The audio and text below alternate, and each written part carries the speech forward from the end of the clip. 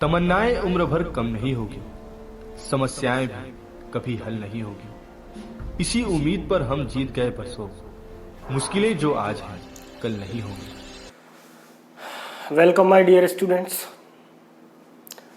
Once again I welcome all of you at my YouTube channel Physics Guruji, जहाँ पर आप लगातार physics के वीडियो देख रहे हैं। पॉलीटेक्निक के स्टूडेंट्स आप लोग खासकर ध्यान रखें, आपके एग्ज़ाम होने वाले हैं। जैसे ही लॉकडाउन खुलेगा उसके 1 महीने बाद आपके एग्ज़ाम होने, तो आप लोग किसी संशय में ना रहें कि कुछ ऐसा या वैसा होगा। आपके एग्ज़ाम ज़रूर होंगे, ठीक है।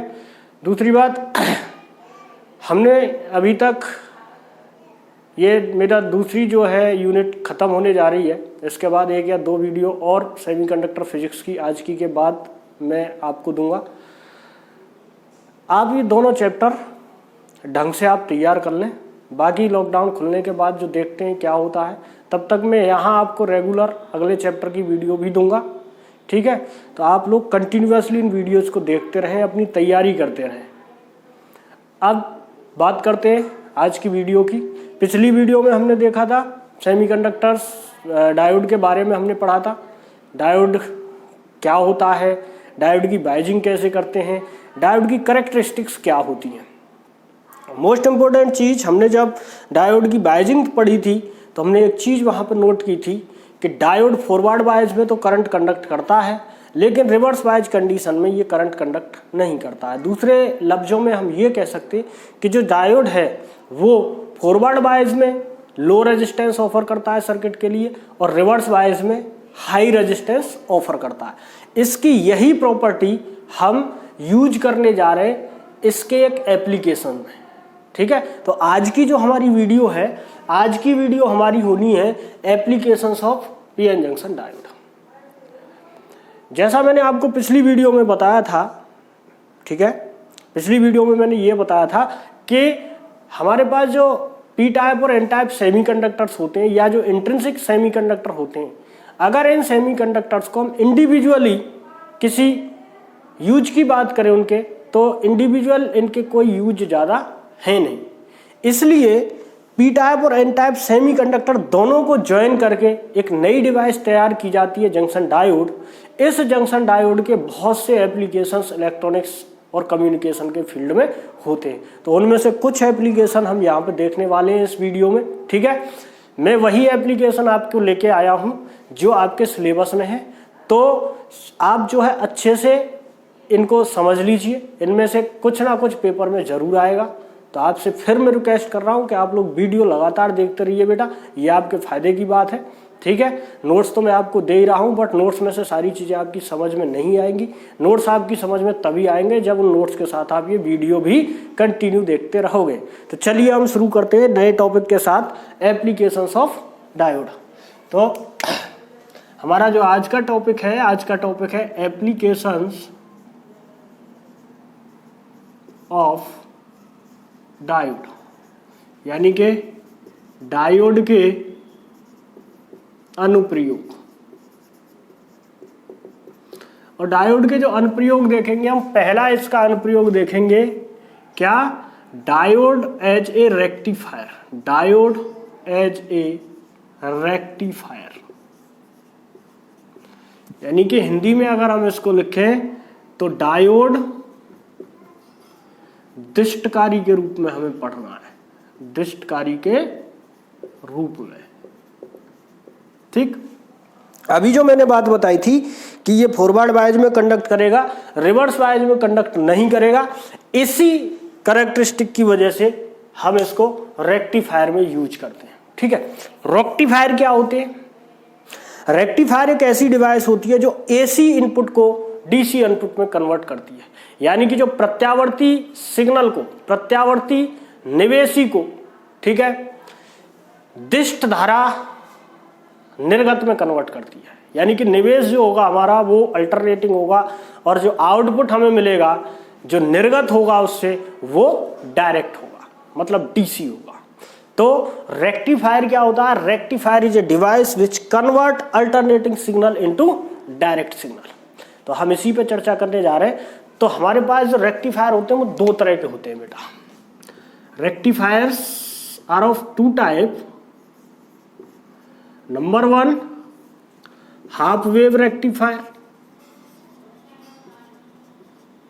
हाफ वेव रेक्टिफायर, और दूसरा जो होता है वो होता है full wave rectifier, full wave rectifier. ये जो हाफ वेव रेक्टिफायर है इसका नाम हाफ वेव इसलिए पड़ा है क्योंकि ये आधी वेव को रेक्टिफाई करता है और ये पूरी वेव को रेक्टिफाई करता है। अब वेव क्या है, वेव हम लोग पढ़ चुके हैं साइन या कॉस के टर्म में जो वेव होती हैं। हमने फर्स्ट चैप्टर भी पढ़ा था इसी का, सेकंड चैप्टर पढ़ा था वेव ऑप्टिक्स, फर्स्ट चैप्टर पढ़ा था सिंपल हार्मोनिक मोशन। उन दोनों में वेव का कंसेप्ट बताया गया था आप लोगों को। तो वेव को अगर हम डिजाइन करें, अगर उसका हम ग्राफ बनाते हैं तो ग्राफ कुछ इस तरह का आता है। ये वेव होती थी सिंपल, ये है क्या, ये साइन या कॉस का ग्राफ है। इस साइन और कॉस के ग्राफ को ही हम वेव कहते थे। यहां पर हम इलेक्ट्रिसिटी की बात कर रहे हैं तो अल्टरनेटिंग करंट या अल्टरनेटिंग वोल्टेज जो आती है वो भी हमारी इसी फॉर्म में आती है। इसमें क्या होता है कि ये हम कहते हैं साइकिल, इसको ये पूरा कंप्लीट साइकिल होता है। इस कंप्लीट साइकिल में ये पॉजिटिव साइकिल होता है और ये नेगेटिव साइकिल होता है। तो हमारी इंडिया में जो इलेक्ट्रिसिटी आ रही है उसकी फ्रीक्वेंसी है 50 हर्ट्ज। 50 हर्ट्ज का मतलब है कि 1 सेकंड में 50 पॉजिटिव साइकिल और 50 नेगेटिव साइकिल आते हैं। ठीक है, यानी कि इस तरह की पूरी 50 वेव 1 सेकंड में डिलीवर होती हैं हमारी जो इंडिया में इलेक्ट्रिसिटी आती है उसमें। ये एसी है, ये कैसा है, अल्टरनेटिंग इनपुट है। इस अल्टरनेटिंग इनपुट को, इसमें क्या है कि इसमें दोनों डायरेक्शन में एम्पलीट्यूड है, पॉजिटिव में भी और नेगेटिव में भी। इसको सिर्फ एक डायरेक्शन में कन्वर्ट करके देता है हमें कौन, रेक्टिफायर। अब उसमें से जो हाफ वेव रेक्टिफाई होगा वो हाफ वेव तो इस आधी वेव को रेक्टिफाई करेगा, आधी को ब्लॉक कर देगा। फुल वेव रेक्टिफायर इस पूरी वेव को एक डायरेक्शन में हमको बना के दे देता है। तो ये काम होते हैं हाफ वेव और फुल वेव रेक्टिफायर्स के। चलिए अब हम शुरू करते हैं हाफ वेव रेक्टिफायर और देखते हैं इसका क्या सर्किट डायग्राम होता है और किस तरह से ये वेव को रेक्टिफाई करता है, किस तरह से ये इनपुट सिग्नल को रेक्टिफाई करके हमें डीसी सिग्नल में कन्वर्ट करके देता है। तो मैं यहां पे हेडिंग डाल देता हूं half wave rectifier. Half wave rectifier को हिंदी में हम बोलते हैं अर्ध तरंग डिस्टकारी, अर्ध तरंग डिस्टकारी। ठीक है बेटा, इसमें क्या होता है अर्ध तरंग, ये जो हाफ वेव रेक्टिफायर हम बनाते हैं, हाफ वेव रेक्टिफायर बनाने के लिए हमें एक ट्रांसफार्मर की जरूरत पड़ती है, इस टाइप ऑफ ट्रांसफार्मर, एक डायोड की जरूरत पड़ती है, एक रेजिस्टेंस की जरूरत पड़ती है, लोड रेजिस्टेंस जिसके अक्रॉस हमें आउटपुट लेना है। ठीक, तो हमें कुछ कनेक्टिंग वायर्स की जरूरत पड़ती है। तो एक ट्रांसफार्मर, कुछ कनेक्टिंग वायर्स, एक डायोड और एक लोड रेजिस्टेंस, इन सब को जोड़ के हम बना देते हैं एक सर्किट और वो सर्किट हमें काम करके देता है हाफ वेव रेक्टिफायर का। तो वो सर्किट बनाते कैसे उसको देखिए बेटा, मैं बना रहा हूं यहाँ पे। ट्रांसफार्मर में हमारे पास दो तरह की कॉइल होती हैं, एक को हम प्राइमरी कॉइल बोलते हैं और एक को सेकेंडरी कॉइल बोलते हैं। प्राइमरी कॉइल के अक्रॉस हम बेटा अपना इनपुट लगाते हैं, ये हमारी प्राइमरी कॉइल है, इसको मैंने कहा P1 P2 और यहाँ पर हमने इनपुट सिग्नल लगाया। इनपुट सिग्नल हमारा AC होगा क्योंकि हम AC को ही कन्वर्ट करने जा रहे हैं DC में। तो AC सिग्नल को हम इस तरह से बनाते हैं और उसको एक बॉक्स में रख देते हैं इस तरह से गोले में। तो ये हमारे पास इनपुट सिग्नल हमने बनाया। दूसरी जो कॉइल होती है हमारे पास उसको कहते हैं हम सेकेंडरी कॉइल, और वो सेकेंडरी कॉइल इस तरह से इसके पास रखी होती है प्राइमरी कॉइल के पास ट्रांसफार्मर में। इसको S1 S2 सेकेंडरी कॉइल कह दिया और ये बन गया हमारे पास ट्रांसफार्मर।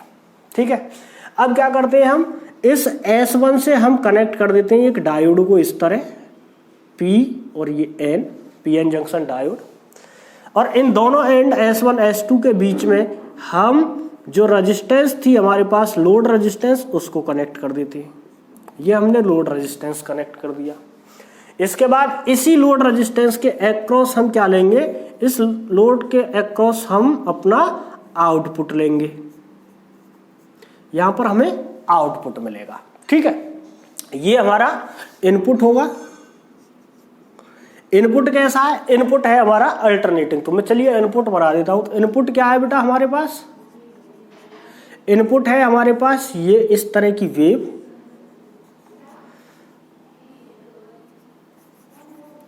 चलो और ऊपर तक ले लेते हैं। ये इनपुट है, इनपुट है हमारे पास इस तरह की साइन वेव।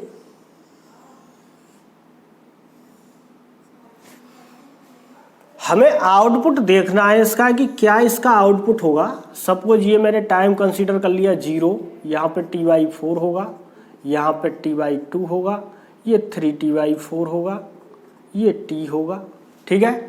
t + t/4 कितना होगा अब आगे, ये 5t/4 हो जाएगा, यहाँ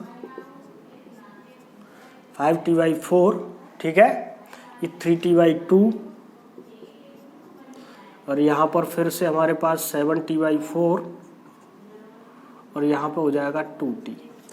ये इस तरह से हमने इसको टाइम के साथ इसका वेरिएशन, ये एम्पलीट्यूड होता है इस डायरेक्शन में, इधर हम टाइम लेते हैं तो ये साइन और कॉस के ग्राफ बन के आते हैं, एंगल और उसकी वैल्यू, ठीक है। -1 से +1 तक वैल्यू होती है, तो +1 -1 मैक्सिमम, उसके बीच में ही साइन और कॉस की वैल्यू रहती है। अब हम बात करते हैं आउटपुट की। तो आउटपुट हम अभी इस सर्किट को समझते हुए साथ के साथ आउटपुट बनाएंगे इसका, ठीक है।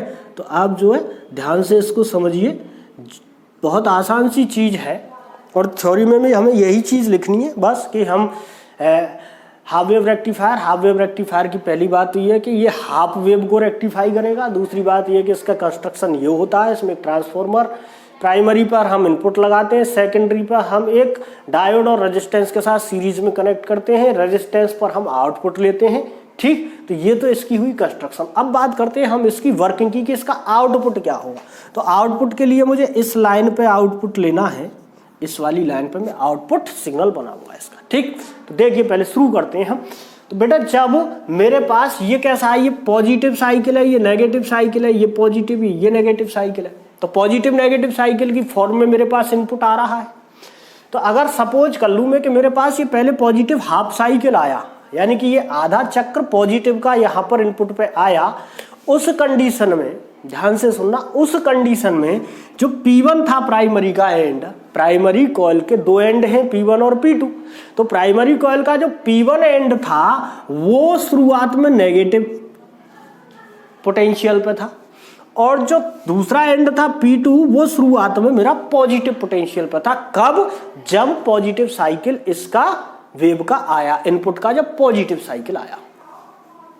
ट्रांसफार्मर के अंदर क्या होता है, ट्रांसफार्मर के अंदर प्रेरण की प्रक्रिया होती है, म्यूचुअल इंडक्टेंस की प्रोसेस होती है। उस म्यूचुअल इंडक्टेंस में क्या होता है कि इस प्राइमरी कॉइल के अंदर इलेक्ट्रिक फील्ड और उससे लिंक्ड इलेक्ट्रिक फ्लक्स जब चेंज होता है, ठीक है, तो सेकेंडरी कॉइल पे अपने आप फ्लक्स लिंक होता है ये, और लिंक होने से उसकी चेंज की वजह से यहाँ पर अपने आप इलेक्ट्रिक फील्ड या हम कहें कि करंट प्रोड्यूस हो जाती है।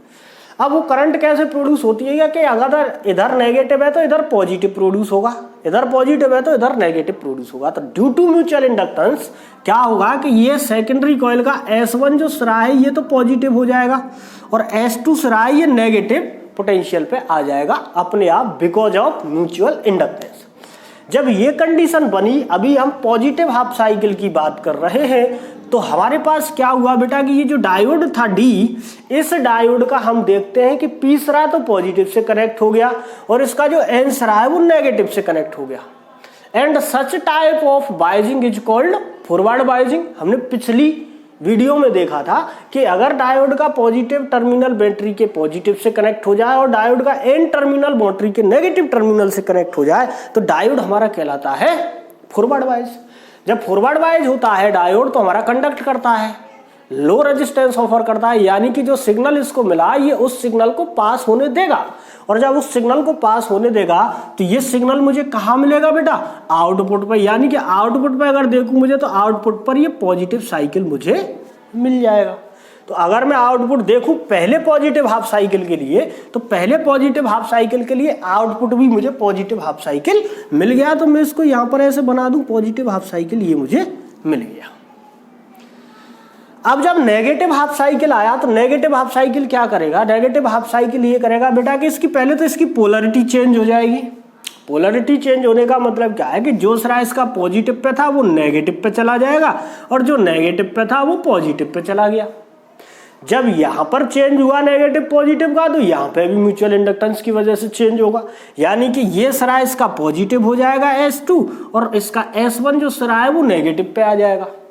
जब ये नेगेटिव पे आ गया, ये पॉजिटिव पे आ गया, तो क्या हुआ, यहाँ पर जो डायोड का P था वो नेगेटिव से कनेक्ट हो गया और N पॉजिटिव से कनेक्ट हो गया, and that is reverse biasing.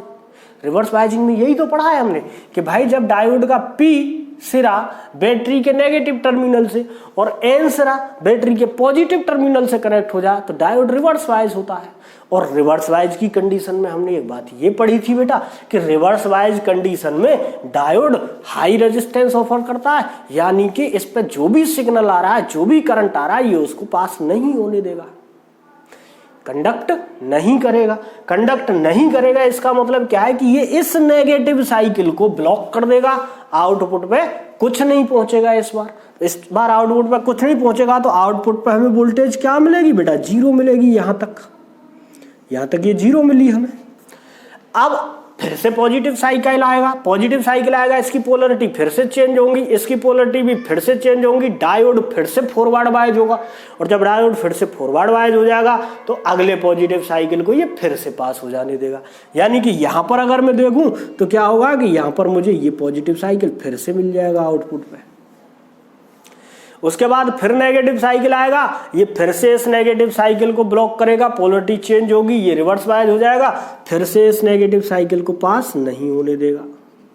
अगले पॉजिटिव साइकिल पे ये फिर से इसको पास हो जाने देगा।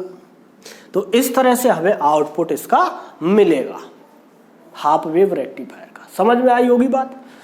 तो देखिए बेटा यहाँ पे क्या हुआ, यहाँ पर ये हुआ कि मेरे पास जो इनपुट साइकिल था जिसमें पॉजिटिव और नेगेटिव दोनों साइकिल थे, जब मैंने उसको इससे कनेक्ट कर दिया सर्किट से जो कि रेक्टिफायर का काम कर रहा है, उस सर्किट ने क्या किया, उस सर्किट ने यहाँ पर जितने भी नेगेटिव हाफ साइकिल थे सबको ब्लॉक कर दिया, केवल पॉजिटिव हाफ साइकिल को पास होने दिया और आउटपुट पे हमें जाके पॉजिटिव साइकिल मिला।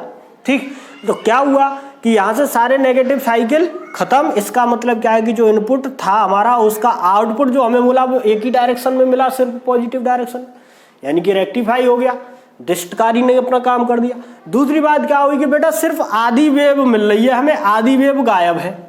भाई नेगेटिव साइकिल गायब है, सिर्फ हाफ साइकिल पॉजिटिव साइकिल ही तो हमें आउटपुट पर मिल रहा है, इसलिए इसको कहा जाता है हाफ वेव रेक्टिफायर, क्योंकि ये आधी वेव को रेक्टिफाई करता है, आधी को बिल्कुल ब्लॉक कर देता है।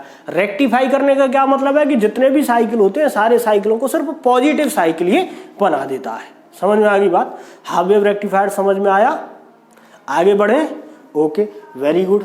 चलिए फुल वेव रेक्टिफायर देखते हैं। अगर आपको ये चीज नोट करनी है डायग्राम तो आप वीडियो पॉज करके नोट कर सकते हैं, मैं इसको मिटा रहा हूं। ठीक है,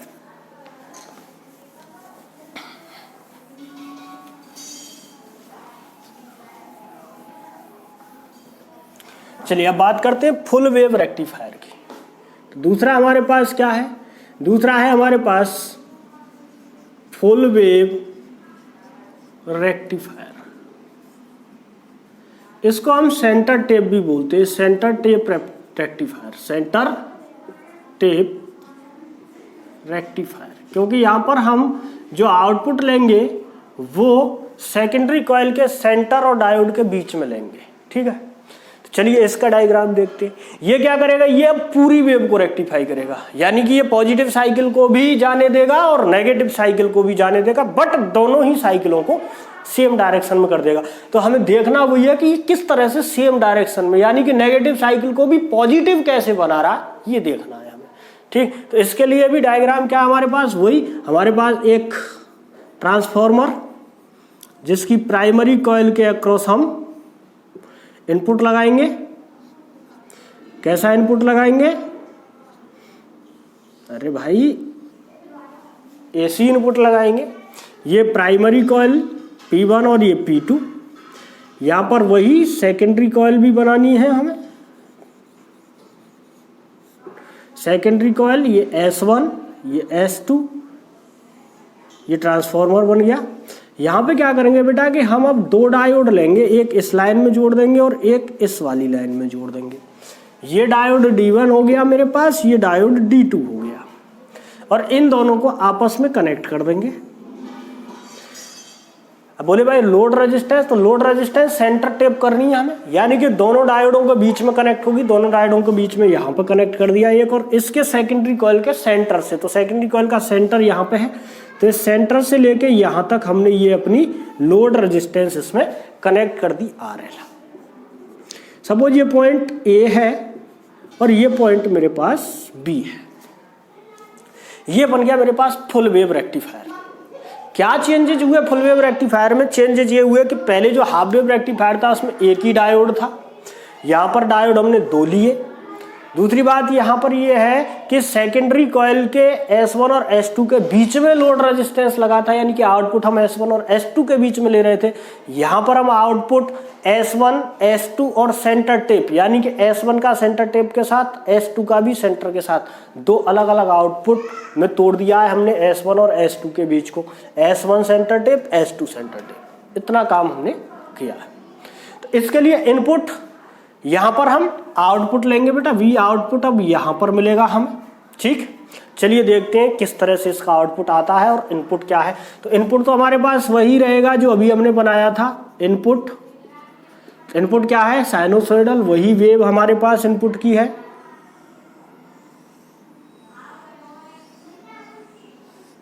ये इनपुट, और बेटा यहाँ पर हमने क्या लिया? यहाँ पर हमने ले लिया आउटपुट। आप उसी तरह से इस पर टाइम भी डाल सकते हैं, ठीक है, जिस तरह से हमने पिछले वाले डायग्राम में बनाया था। अब हम देखते हैं कि ये किस तरह से काम कर रहा है। तो मान लिया बेटा ये कि पॉजिटिव हाफ साइकिल है, ये नेगेटिव है, ये पॉजिटिव है, ये नेगेटिव है, ये पॉजिटिव है, ये नेगेटिव है। इसी तरह से आएगी हमारा जो एसी इनपुट है, पॉजिटिव हाफ साइकिल और नेगेटिव हाफ साइकिल। तो जब पॉजिटिव हाफ साइकिल आ रहा है पहली बार, तो हमने वही पहली सिचुएशन कंसीडर करी कि ये नेगेटिव एंड पे है और ये पॉजिटिव पोटेंशियल पे है। ये पे नेगेटिव पे, ये पोटेंशियल पे, फिर से म्यूचुअल इंडक्टेंस की प्रोसेस शुरू होगी। ये S1 हमारा पॉजिटिव पे आएगा, S2 नेगेटिव पे आ जाएगा।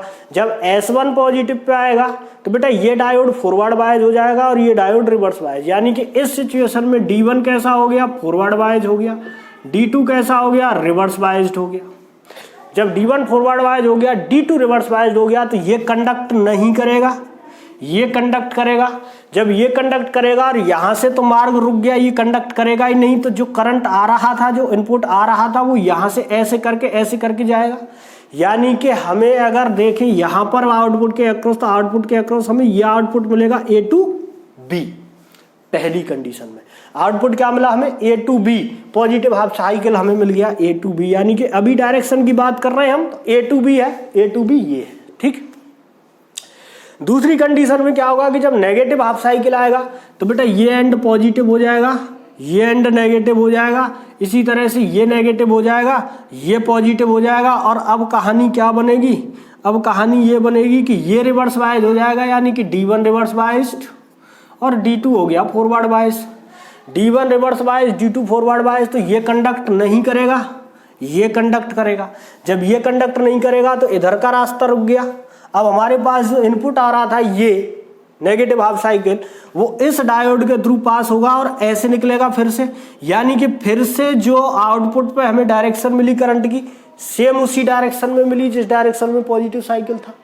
यानी कि A से B की तरफ अब भी आउटपुट है, A से B की तरफ ही आउटपुट पहले था, यानी कि दूसरा जो आउटपुट मिला वो भी मुझे उसी डायरेक्शन में मिला।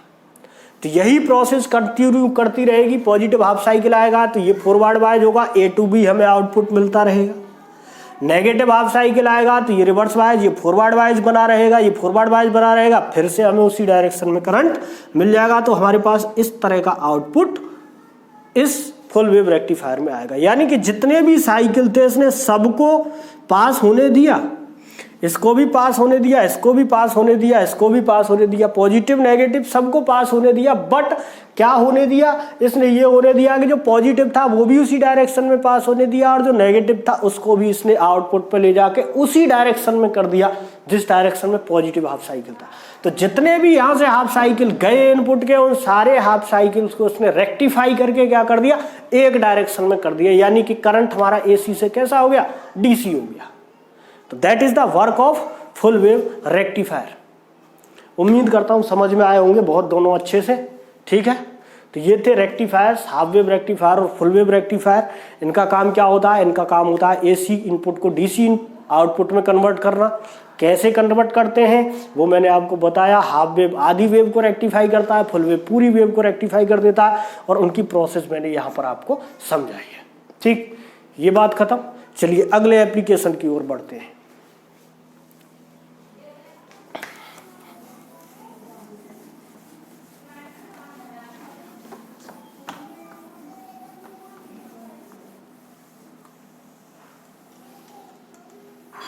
दूसरा एप्लीकेशन है बेटा हमारे पास डायोड। देखिए अलग अलग तरह के मटेरियल होते हैं सेमीकंडक्टर मटेरियल, तो हम अलग अलग तरह के डायोड भी बना लेते हैं। अब उनमें से कुछ डायोडों के काम भी बड़े अजीबोगरीब होते हैं, ठीक है। तो हमारे पास इसी तरह के कुछ 2-3 डायोड पढ़ने हैं बस हमें। एक तो हमारे पास होता है फोटो डायोड। तो फोटो डायोड बनाने के लिए बेटा हम ऐसे सेमीकंडक्टर मटेरियल यूज करते हैं जो फोटो सेंसिटिव होते हैं, यानी कि जो लाइट के सेंसिटिव होते हैं। तो इसके लिए क्या यूज करते हैं हम, photo sensitive semiconductor materials. Photo sensitive semiconductor, इनको आपको ज्यादा डिटेल में नहीं पढ़ना है बेटा, सेमीकंडक्टर मटेरियल, और इनकी ज्यादा डिटेल की जरूरत भी नहीं है आपको, क्योंकि आपके सिलेबस में सिर्फ इनके ऐसे समझ लीजिए कि आपको नाम पता होने चाहिए और क्या काम करते हैं ये। तो फोटो डायोड का जो सिंबल बनाते हैं बेटा, डायोड तो हम इसी तरह से बनाते हैं, ऐसे इसको ये गोले में रख देते हैं ऐसे, ये इसका P, ये इसका N। इस पे क्या करते हैं कि इस पे जब लाइट पड़ती है, लाइट जब इंसिडेंट होती है इस पे, तो देखो बेटा लाइट क्या है, इसमें वैलेंस बैंड और कंडक्शन बैंड होते हैं। इलेक्ट्रॉन वैलेंस बैंड में होते हैं, उनको कंडक्शन बैंड में पहुंचाना हमें, तभी तो इसमें इलेक्ट्रिक करंट फ्लो होगी। तो यहाँ पे क्या होता है, फोटो डायोड में ये इस तरह के मटेरियल होते हैं कि जब इन पे लाइट पड़ती है तो इनके जो वैलेंस इलेक्ट्रॉन है वो इलेक्ट्रॉन एनर्जी उस लाइट से एब्जॉर्ब करते हैं। एक्सटर्नल जो लाइट उस पर पड़ रही है, एक्सटर्नल जो प्रकाश, यहाँ पर लाइट की बात हो रही है प्रकाश, तो एक्सटर्नल प्रकाश जो उन पर पड़ रहा है उस प्रकाश से वो एनर्जी एब्जॉर्ब करते हैं, और एनर्जी एब्जॉर्ब करके वैलेंस बैंड को छोड़ के कंडक्शन बैंड में वो पहुंच जाते हैं। कंडक्शन बैंड में जब वो पहुंच जाते हैं तो क्या करते हैं, करंट इंक्रीज होता रहता है उनमें और करंट फ्लो करता है। जितने ज्यादा number of electron conduction band में पहुंच जाएंगे उतना ही ज्यादा करंट उसमें फ्लो होता रहेगा। बेसिकली ये जो काम करते हैं ये रिवर्स बायस कंडीशन में काम करते हैं, लेकिन ऐसा नहीं है कि फॉरवर्ड वाइज कंडीशन में काम नहीं करेंगे। फॉरवर्ड वाइज कंडीशन में भी काम करेंगे, बट फॉरवर्ड वाइज कंडीशन में करंट जो होगा वो ज़्यादा हो जाएगा, क्योंकि एक तो फॉरवर्ड वाइज होने की वजह से पहले से कुछ करंट होगा इसमें, और कुछ करंट जब लाइट पड़ेगी तो जो बैलेंस इलेक्ट्रॉन कंडक्शन बैंड में पहुंचेंगे उनकी वजह से करंट। अगर हम फॉरवर्ड वाइज का देखें तो फॉरवर्ड वाइज में इसमें कुछ पहले से करंट होगी, रिवर्स वाइज में इसका करंट जो है वो सिर्फ इस लाइट के पड़ने की वजह से प्रोड्यूस होगा। तो फोटो डायोड क्या करते हैं, फोटो डायोड तब कंडक्शन करते हैं जब उनके जंक्शन को हम एक्सपोज करते हैं किसी लाइट के सोर्स से, किसी प्रकाश के स्रोत से, ठीक है। तो इसको हम फोटो डायोड कहते हैं। दूसरा जो होता है हमारे पास वो होता है बेटा एलईडी। इसका सिंबल बना लीजिएगा आप, एलईडी। एलईडी मतलब लाइट इमिटिंग डायोड। अब इसमें क्या हो रहा था, ऊपर वाले डायोड में हो रहा था कि इस पर लाइट डाली जा रही थी तब कंडक्शन हो रहा था। ये इसका उल्टा है, इसमें क्या होगा कि इसमें जब कंडक्शन होगा तो लाइट इमिट होगी, इसके जंक्शन पर जब करंट फ्लो होगी तो ये लाइट इमिट करेगा। इसके जंक्शन पे करंट तब फ्लो हो रही थी जब इस पर लाइट पड़ रही थी, यानी कि ये लाइट एब्जॉर्ब कर रहा था, ये लाइट इमिट करेगा। तो लाइट इमिटिंग डायोड, इनका बहुत यूज होता है लाइट इमिटिंग डायोड्स का। आपने जो है रोडों पर भी देखे होंगे रात में, ठीक है। जो लाइट चमकती रहती हैं रोडों पे लगी रहती हैं वो सब एलईडी होती हैं। तो उनमें क्या है, जैसी करंट फ्लो होता है रेलवे स्टेशन की स्क्रीन पे जो आपको दिखते हैं, नोटिफिकेशन दिखता रहता है कि भाई ये ट्रेन अब आ रही है, ये ट्रेन अब आ रही है, ठीक है, वो सब उन सब में ये लाइट इमिटिंग डायोड लगे होते हैं जो करंट फ्लो होने पर लाइट इमिट करते हैं। तो अलग अलग तरह की लाइट इमिट करते हैं, सब विजिबल रेंज में भी लाइट इमिट करते हैं। जो हमारे पास जर्मेनियम और सिलिकॉन होते हैं वो इंफ्रारेड रीजन में लाइट इमिट करते हैं। तो लाइट इमिटिंग डायोड, इसको हम शॉर्ट में एलईडी बोलते हैं। इसका सिंबल जो होता है वो फोटो डायोड की तरह होता है, बट अभी इस पर लाइट पड़ रही थी, अब इससे लाइट क्या है हम इमिट होते हुए दिखाएंगे। तो ये एलईडी का सिंबल है। इस पे क्या होता है कि जब इसके जंक्शन पे करंट फ्लो होता है तो जंक्शन से इसके से लाइट इमिट होती है। वो लाइट विजिबल रेंज में भी होगी अगर हम इसमें मटेरियल यूज करें गैलियम आर्सेनाइड, यानी एक सेमीकंडक्टर मटेरियल है गैलियम आर्सेनाइड, या हम यूज करें इंडियम आर्सेनाइड। इंडियम आर्सेनाइड ये भी एक सेमीकंडक्टर मटेरियल है। अगर ये मटेरियल हमने यूज किए हुए हैं तो ये लाइट विजिबल रेंज में इमिट होती है, जो हमें दिखती है रेलवे स्टेशन वगैरह पे हम देखते हैं, ठीक है। तो ये लाइट इमिटिंग डायोड होते हैं। तीसरे होते हैं हमारे पास जेनर डायोड। ये एक बहुत ही स्पेशल तरह का डायोड होता है जो रिवर्स वाइज कंडीशन में काम करता है। ये रिवर्स वाइज फॉरवर्ड वाइज दोनों में काम करता है। ये केवल फॉरवर्ड वाइज में काम करेगा, रिवर्स वाइज में इसमें करंट फ्लो नहीं होगी। करंट फ्लो नहीं होगी तो लाइट भी इमिट नहीं होगी। और जो जेनर डायोड है, ये जेनर डायोड हमारा सिर्फ रिवर्स वाइज कंडीशन में काम करता है। इसको यूज करते हैं हम एज ए वोल्टेज रेगुलेटर। इसका जो सिंबल होता है जेनर डायोड का, वो सिंबल कुछ इस तरह का, यहाँ ZC बना देते हैं इसके नेगेटिव एंड पे, ठीक है। ये रिवर्स वाइज में तो वोल्टेज रेगुलेटर की तरह ही काम करता है। इसकी जो रेटिंग है वो थोड़ी सी हैवी रखी जाती है ताकि बहुत जल्दी ये डाइलेक्ट्रिक उसमें जो बहुत जल्दी जो है इसमें ब्रेक डाउन ना हो जाए, क्योंकि हमें पता है रिवर्स वाइज कंडीशन में अगर वोल्टेज एक लिमिट से ज़्यादा क्रॉस हो जाती है तो जंक्शन खराब हो जाता है। और ये एक सिंपल जो डायोड है हमारा, एक सिंपल वायर की तरह एक वायर की तरह हो जाता है बिल्कुल, फिर उसमें आसानी से करंट फ्लो करता है।